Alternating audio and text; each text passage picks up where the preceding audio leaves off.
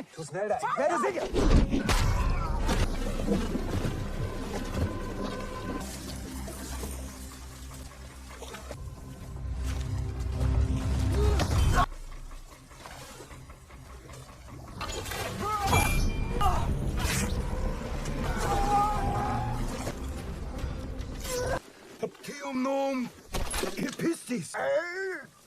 Oke, apa kabar kalian semua? Selamat datang kembali di channel si Zona Visual.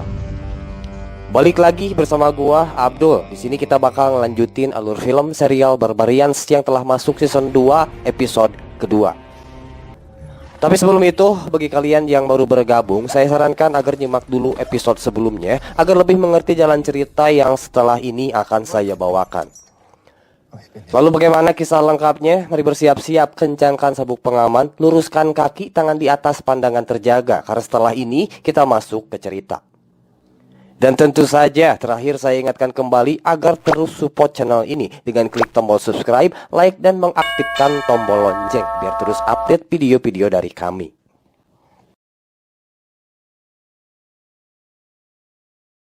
Berangkat dari apa yang terangkum di episode sebelumnya, ya, kita melihat bahwasannya Ari telah menjadi tahanan Roma setelah dirinya ditangkap oleh adiknya sendiri, yaitu Flaccus.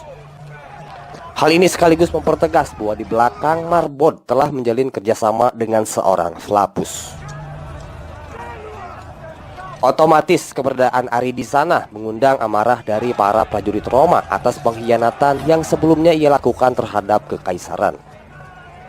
Tak hanya disemprot dengan berbagai hinaan, mereka memukuli dan bahkan melempari Ari dengan sayuran buruk sampai terlihat babak belur. Maka dengan demikian, Ari dijebloskan ke dalam penjara.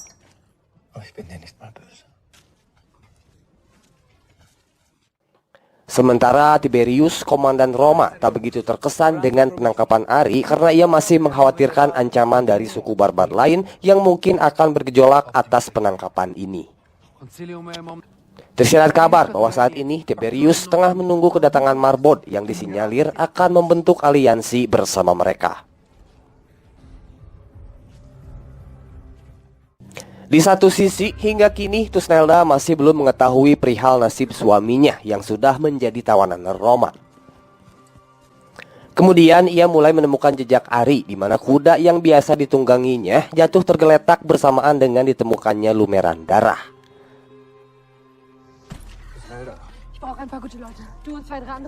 Karena penasaran, bersama Talio ia langsung mendatangi tempat tinggalnya Marbod untuk meminta penjelasan. Jelas di sini Marbod tak berkata jujur dengan mengatakan bahwa Ari telah ditangkap secara paksa oleh prajurit Roma. Meski belum mengetahui secara pasti apakah sang suami masih hidup atau tidak, setidaknya Thusnelda mendapatkan kejelasan bahwa suaminya itu sedang ditahan di kamp Roma.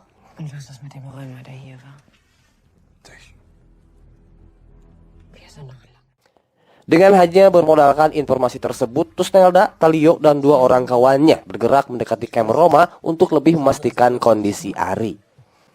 Namun selang beberapa waktu dari sana, tiba-tiba mereka diserang oleh prajurit Roma yang sedang berpatroli.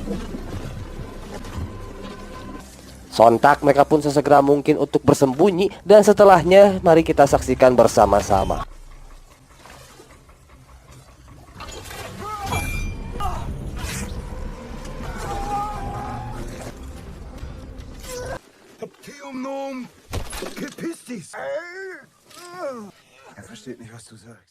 Hal ini kemudian membuat Talio dan beberapa kepala suku lainnya hilang harapan atas keselamatan Ari.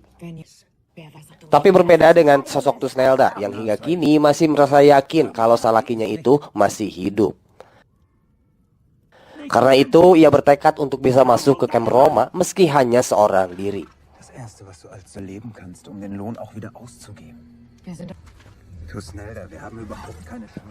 Ngomong-ngomong soal Ari, di dalam selnya ia dihampiri oleh sang adik dan otomatis langsung berdebat soal prinsip mereka masing-masing. Di sini sudah jelas bahwa Flaccus merupakan sosok yang sangat setia kepada Roma berbanding terbalik dengan kakaknya tersebut. Unser Vater heißt Jegimir. So sehr du deine Herkunft hast, Dieser Teil von mir ist seit langem gestorben. Nah, pada malam hari, Ari yang kala itu sedang meratapi nasibnya benar-benar dibuat terkejut ketika menyadari kalau ia sedang dijaga oleh seorang pemuda. Lalu siapakah sosok pemuda itu sehingga membuat Ari begitu tercengang dan langsung mengajaknya berbicara.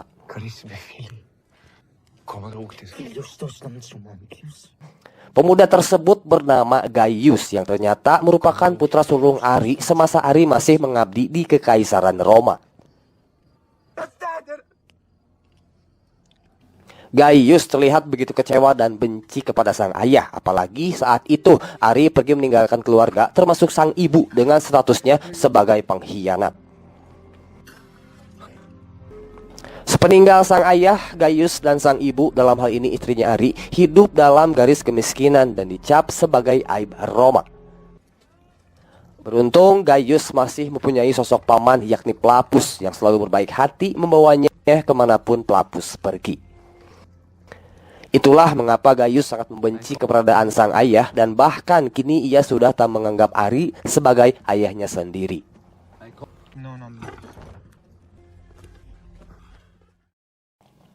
Cukup segitu pembahasan soal Ari, kita kembali ke sosok Thusnelda yang kini terlihat sedang memutar otak memikirkan bagaimana caranya agar bisa masuk ke dalam camp Roma.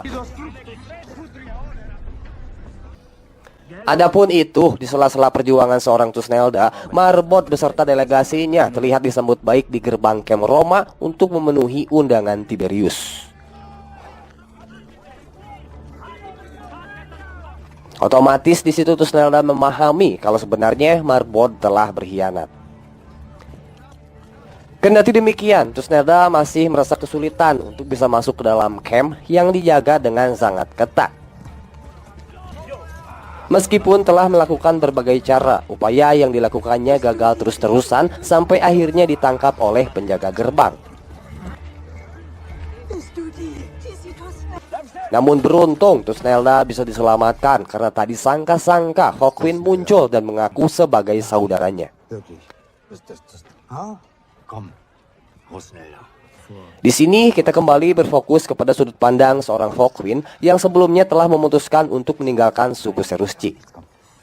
Kini Hawkwind telah nyaman dengan kehidupan barunya sebagai pedagang, apalagi setelah memiliki seorang istri yang bernama Didolina. Makanya Hawkwind tak pernah lagi memunculkan batang hidungnya di desa suku Cherusci karena ia terlanjur kecewa terhadap keputusan Thusnelda yang lebih memilih Ari untuk menjadi suaminya.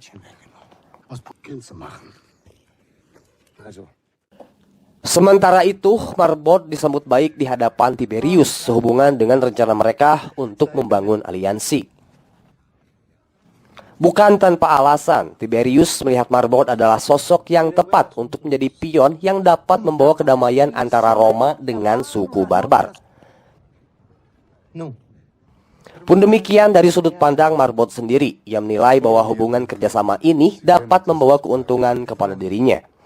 Tapi tentu saja, meski menyetujui perdamaian, Marbod menuntut harga yang tak murah untuk memuluskan hubungan kerjasama di antara mereka.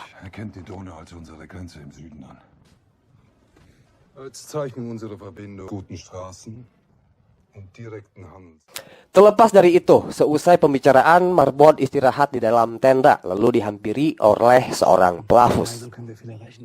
Namun begitu mengejutkannya, karena di sini terungkap bahwa kedua orang tersebut ternyata merupakan pasangan homering.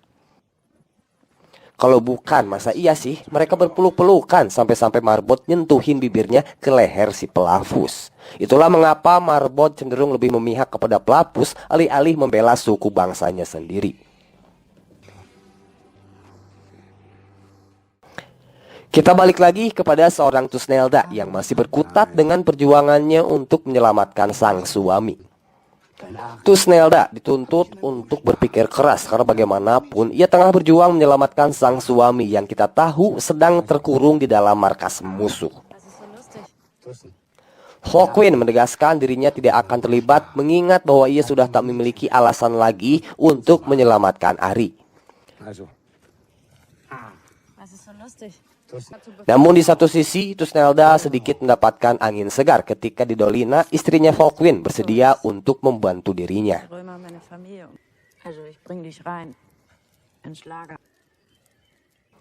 Baru keesokan harinya mereka berdua mulai beraksi, diawali dengan Didolina yang mendemonstrasikan barang dagangannya.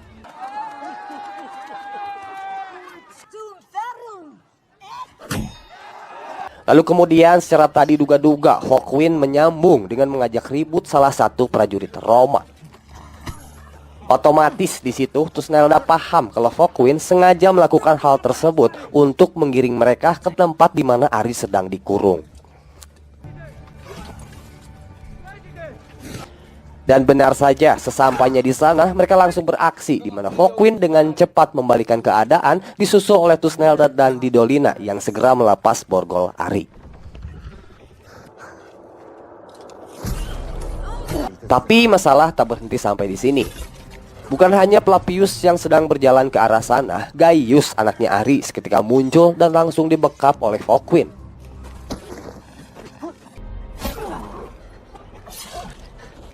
Nah, yang menjadi masalah ketika Gaius dilepaskan, ia tiba-tiba menyerang Didolina sampai membuatnya tersungkur. Sontak Gaius langsung dihajar dan Ari meminta mereka untuk melarikan diri terlebih dahulu. Secara hati-hati, Hawkwind, Thusnelda, dan Didolina menyelinap sampai akhirnya berhasil keluar dengan menggunakan kereta kuda yang mereka tumpangi.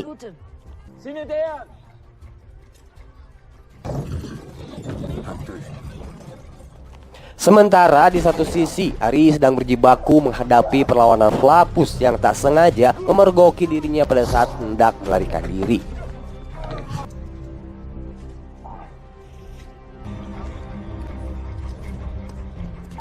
Beruntung kali ini Ari mampu memenangkan pertarungannya sehingga ia dapat pergi menunggangi kuda bersama seorang Gaius di pangkuannya. Namun sebelum hendak melewati penjagaan, salah seorang prajurit menyadari kalau Ari melarikan diri setelah Plappus ditemukan dalam kondisi terikat. Sontak saja Ari segera melucut kuda sekencang-kencangnya disertai oleh teriakan prajurit Roma untuk menyiapkan senjata. Maka dengan itu cerita berakhir sampai di sini. Segitu dulu untuk episode ini, kita bahas lebih lanjut di episode selanjutnya. Thank you banget udah nyimak sampai akhir. Kami Jona Visual pamit undur diri. Assalamualaikum warahmatullahi wabarakatuh.